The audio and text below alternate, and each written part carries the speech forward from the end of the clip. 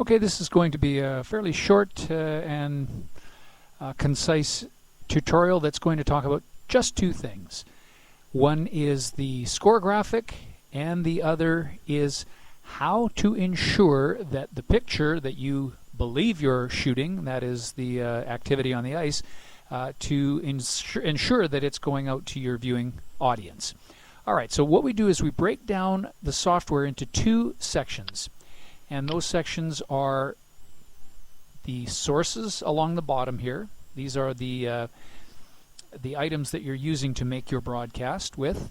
And then the upper section is divided into preview, the left-hand side. This is what will be cued, and then what is actually being shown is the right-hand side with the green title bar here. Now, in the cued side, at least for the start, you're probably not going to be transitioning between these two, but this cue side allows you to prepare a pre-recorded video segment, instant replays, those kind of things. Those would be set up on the left-hand side, and when you wanted to transition them into the broadcast, you would use one of these buttons. For example, by clicking Fade, we've now moved. We basically just traded the two screens.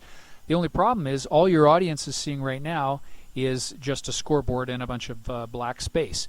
So we need to either transition back, or here's what I'd like to show you. If you do get yourself in trouble and something like this has happened, locate the source, that is where your video camera is, click on this button, the word cut. As soon as you click that, it'll change the upper right hand corner. It'll change what's being sent out externally. So that's your panic button, cut.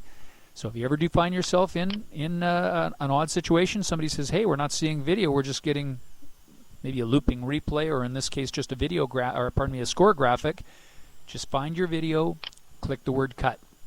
All right. However, we do want to show that score graphic. That's a nice part of the game, and that's done right here by clicking this little number 1 button. Now as soon as I click it, it will turn green and it'll overlay the score in the top left-hand corner. If I click that button again, it takes the score away. So if you just watch the top left-hand corner of our external or our program video, so it's the top right of our screen, but within that screen, the top left-hand corner is what I'm getting at. You can see that I'm turning the score on and off. All right? Now, how does one change that score? That is done by holding your mouse over top of the scoreboard panel, or pane in this case, right-click with your mouse, and then you select Title Editor. That will come up and allow you to edit the title of your broadcast. So you can add whatever title you need there. You can name the teams, and you can increase the score. Now, how this is done is by highlighting and typing on the keyboard. All right? Do not use these buttons here. They're a bit confusing, but those are really just for formatting of the text. My advice is just to leave them alone. Just type the number, whatever the scoreboard says. Just type that on the back, highlight it with blue, and then type the number. Now you'll notice in your score graphic, it updates immediately, so you don't have to hit enter or anything. You just click the score number and it will update. Then what I recommend you do is just minimize this, or I'll show you another trick you can do, because sometimes minimizing, people lose track of it. It should be down on your taskbar, and you should just be able to find it and bring it back up. But here's a little hint or a tip. You can resize this score and leave it up in the top left-hand corner so that it's accessible and easy for you to change the score as required. Now, if by chance it closes, and it can happen, no need to panic.